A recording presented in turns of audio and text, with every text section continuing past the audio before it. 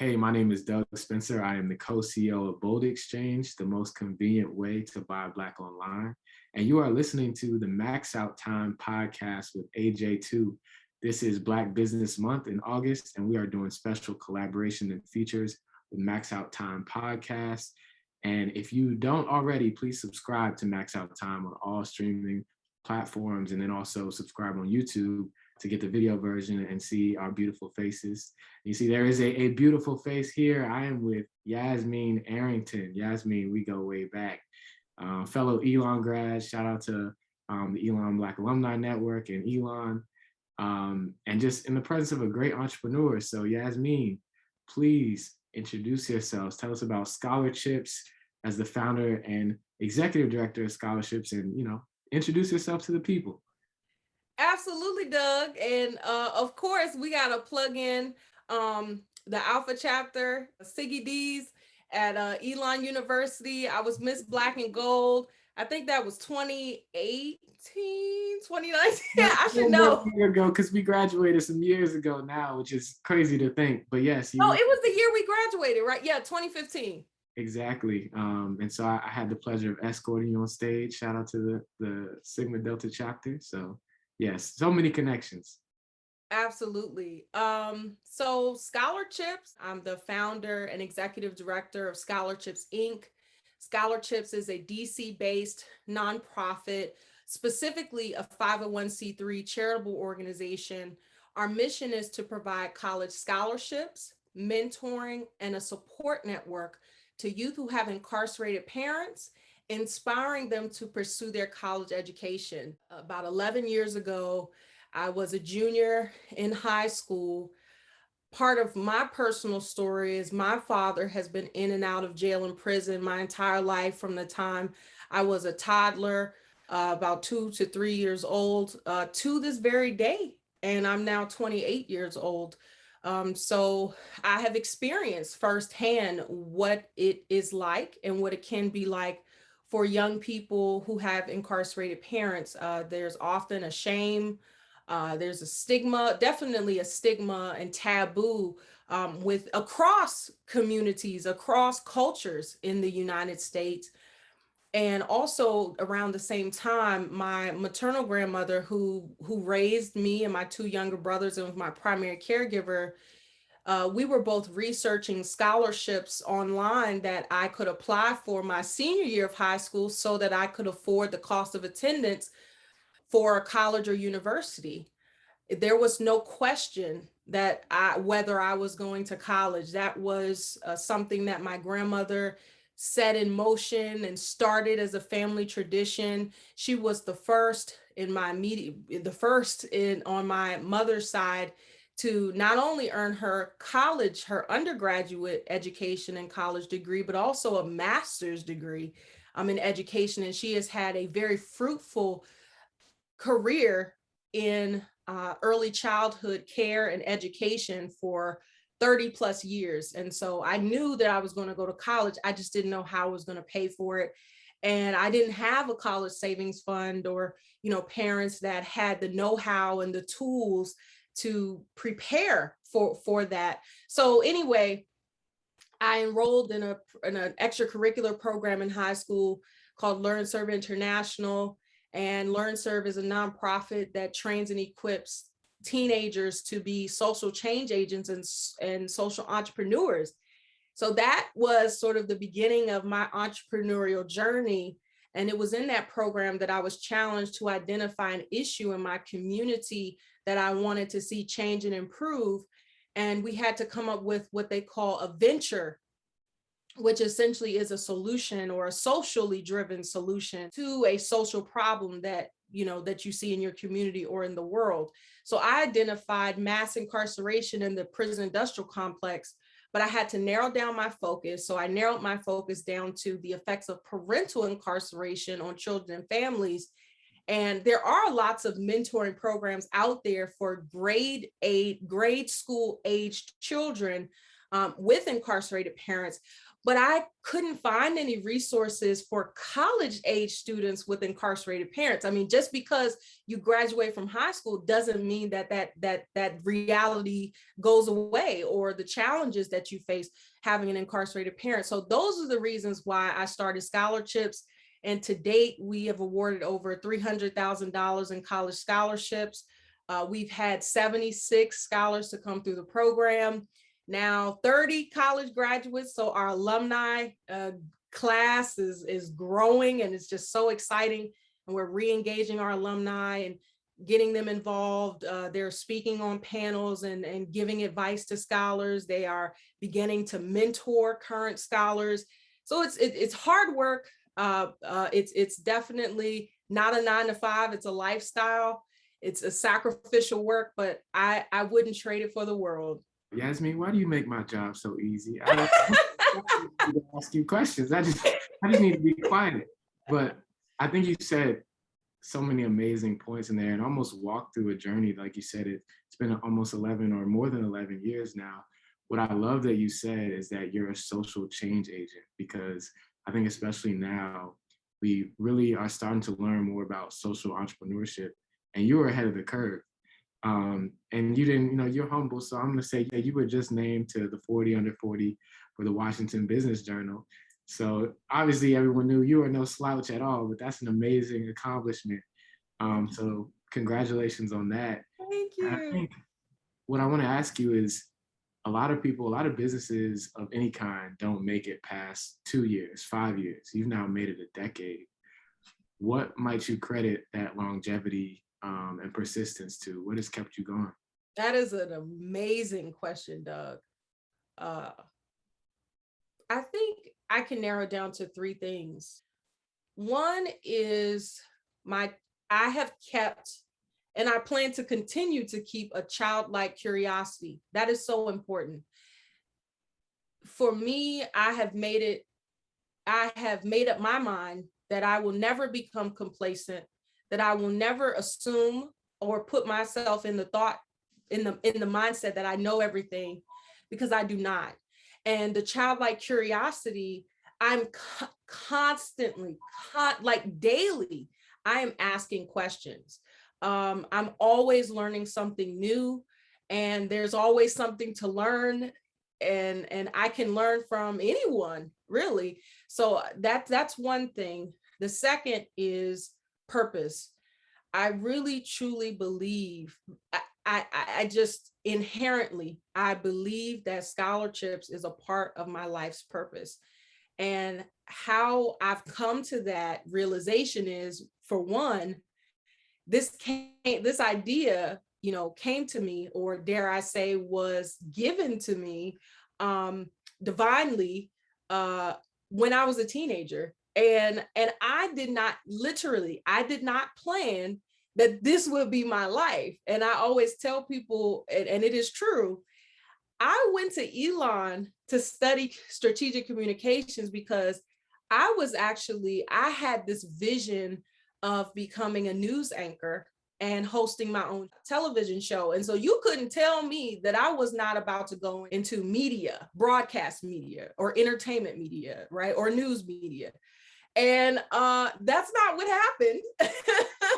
And so I'm usually on the other side of the desk, where a news anchor or entertainment correspondent is asking me questions about ScholarCHIPS. But that was my plan. And certainly I found out that, there's a saying within the faith and religious community that if you want to make God laugh, tell God your plans. And so I've quickly found myself becoming, once I started speaking and sharing this idea of ScholarCHIPS, I ultimately became an advocate for children with incarcerated parents, which led to what I'm doing today, not only serving as executive director, but as a spokesperson, as an advocate, and getting more and more into systems change and policy reform. And passion. I think it's easy for people to look from the outside in And nonprofit work, we make it, a lot of us make it look very easy and we make it look glamorous. But let me tell you, let me be the first to tell the truth. It is the furthest from that. It is hard work. And even when you delegate, you still have to sort of, supervise. And I don't mean micromanage. That is not my leadership style. But you have to know everything that is going on within your organization at any and all times.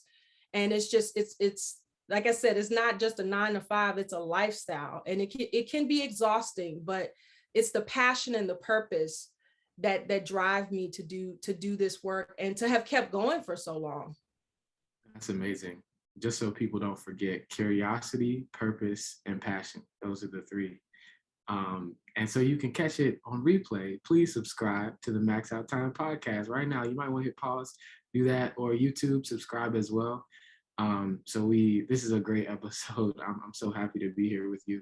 And I want to shift the focus a little bit to the students themselves, because I'm glad, like you said, divine, we're going to put a pin in that if we can come back to that divine word. But I'm glad that your education in high school was enough to motivate you to take this journey. And now just bringing it to today, so many kids are having a harder time finding their curiosity, passion, and purpose through education because the virtual world we're living in. And I know that not only are you serving a group of students, you particularly work with low to middle income students. And we know that just like who's been affected by the pandemic the most when it comes to education, that's the group that is suffering the most. So how can we help students find their curiosity, purpose, and passion in this current climate? What should we do to help you and other organizations? That's amazing. That's an amazing question, Doug. I think one is partnerships.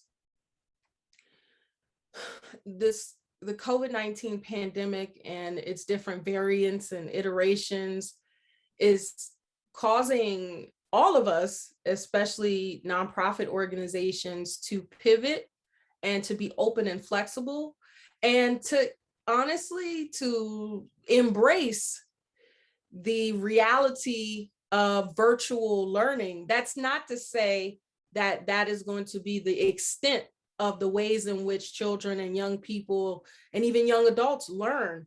But I will say what I have found from my own experiences, both as an intern, as a fellow, as the executive director of ScholarCHIPS, as a community member, that you can build community online and you can have interactive activities online. We've offered different activities with our scholars and our students, such as we've done game nights, virtual game nights, where we did culture tags, and we did, name that movie, name that television show. And we've done webinars that are more academically based and inclined around how to read a syllabus, how to engage your professors online, taking advantage of the resources on campus. And there are a lot of other organizations that are offering webinars and interactive activities online. And even the organization I mentioned earlier, LearnServe International, they have pivoted to doing their programming online. And so really, we just needed, we welcome, or at least ScholarCHIPS, we welcome different partners to come up with different ideas. And if there is a way to do activities, really, I think to help young people find their passion, their purpose, and to, help to ignite and encourage their intellectual and their childlike curiosity, is through exposure.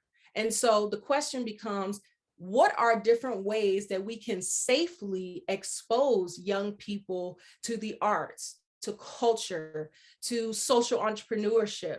And so we just kind of have to reimagine those things that we typically would have done maybe in person, or, kind of have a different iteration of how we do it in person. Maybe we do an activity outdoors, socially distanced, everyone wearing a mask, those kinds of things. So that's just I could go on, but that's just one of my ideas in terms of ways in which we as a community can partner to help spark young people's passion, help them to identify their purpose, and to encourage their childlike and intellectual curiosity.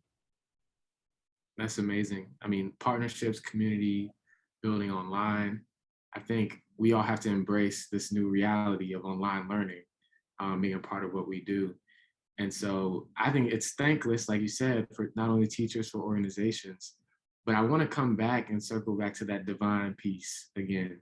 Most people don't know, or maybe they do, that you also have a master's in divinity from Howard University.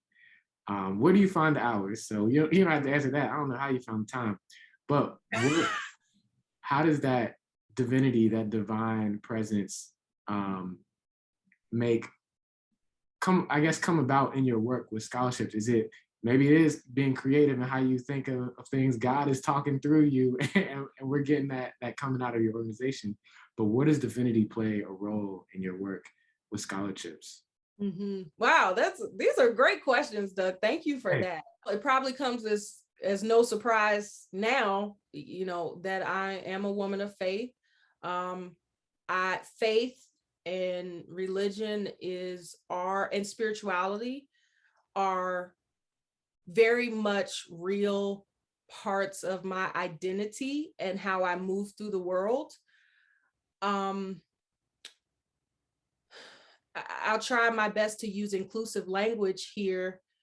I do believe that humans are a divine reflection of our creator, and we have elements that are common amongst us that reflect our creator. And so, for example, comedy, laughter, art, creativity, the intellectual curiosity, the asking of questions, the desire to want to know how things work. And so for me, earlier, as I mentioned, I'm always asking questions. When I have private prayers and meditation, I will ask questions. I won't hesitate. I'll say, well, God, what is my purpose? What would you have me to do? How am I supposed to do this? Like, this just seems so overwhelming. How do I overcome these obstacles? And sometimes it's a soft whisper that of an answer that's given to me. Sometimes there's no answer. Sometimes I get a confirmation from speaking, talking with people in my friend group, or my professional network.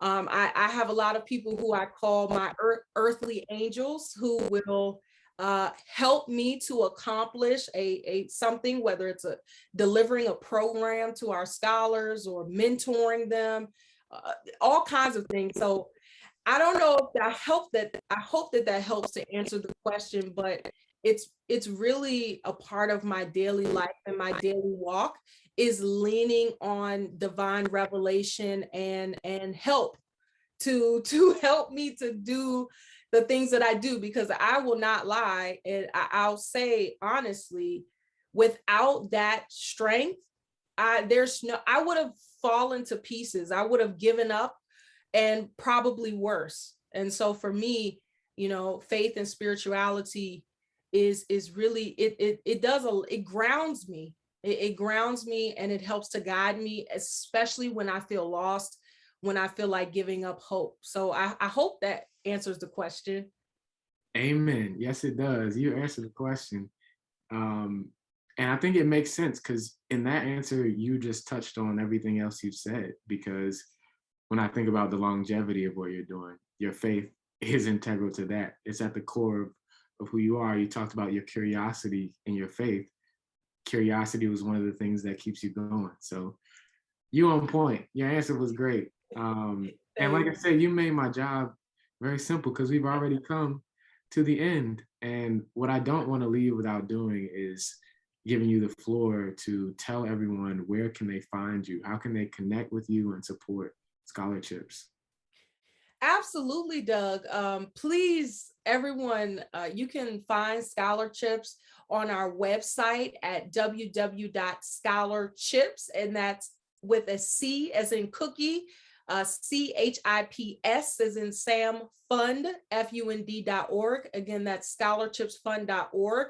And of course, we're on most of the major social media platforms. You can find us on facebook.com/scholarchips, Twitter @scholarchips, Instagram @scholarchipsfund.dc, and on LinkedIn @scholarchips as well. And we would love to hear from you.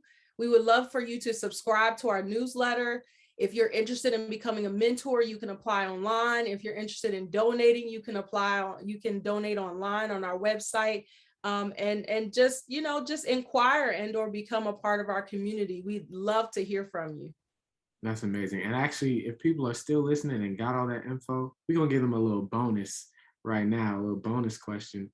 So just share a little bit about what's coming up next for ScholarCHIPS. What can they look forward to in your newsletter? Or what's a project that you're working on that they might be able to support? Make it concrete for them. That's a great question, Doug. There are a lot of exciting things coming up for ScholarCHIPS. We just elected 7 new board members. So our team is growing. We've been hiring staff. We're actually looking for college interns for fall 2021 and for spring 2022. So if you are interested, please reach out. We are actually building out a mental health and wellness program for our scholars. And we're also building out an advocacy and student leadership development program. So when I mentioned earlier, systems change and advocacy work, while I'm so inspired and moved and impressed and humbled by all of the millennials and Gen Z who have been out protesting and speaking out on various issues, that is just one element of advocacy. And I want, to ensure that our scholars are equipped with the tools and the understanding of the current systems, and power structures within the United States, and to understand how they can use their personal stories, their life journeys and experiences and thoughts and solutions, and how they can communicate that with, local politicians, local, courts and councils, and so on, to be able to change and to help to positively impact our policies and our laws. Because honestly, that, the laws of our land determines oftentimes who gets access to what services and who doesn't, and who is positively impacted and who positively benefits from certain laws and policies and who doesn't.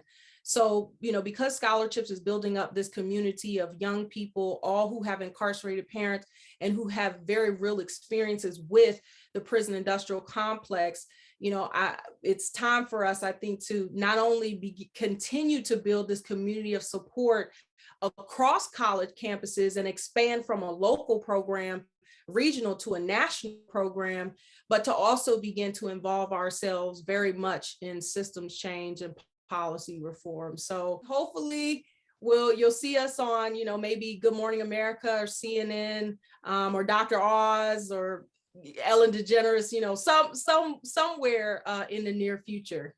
Yes, let's speak it into existence. Amen. Thank you so much, Yasmine. And please follow ScholarCHIPS. You now know how to support, you know how to follow. Also support the Max Out Time podcast. This is Bold Business Time, the Black Business Month series, as I mentioned earlier. So please subscribe on all streaming platforms and YouTube. Again, thank you so much, Yasmine, and thank you all for listening.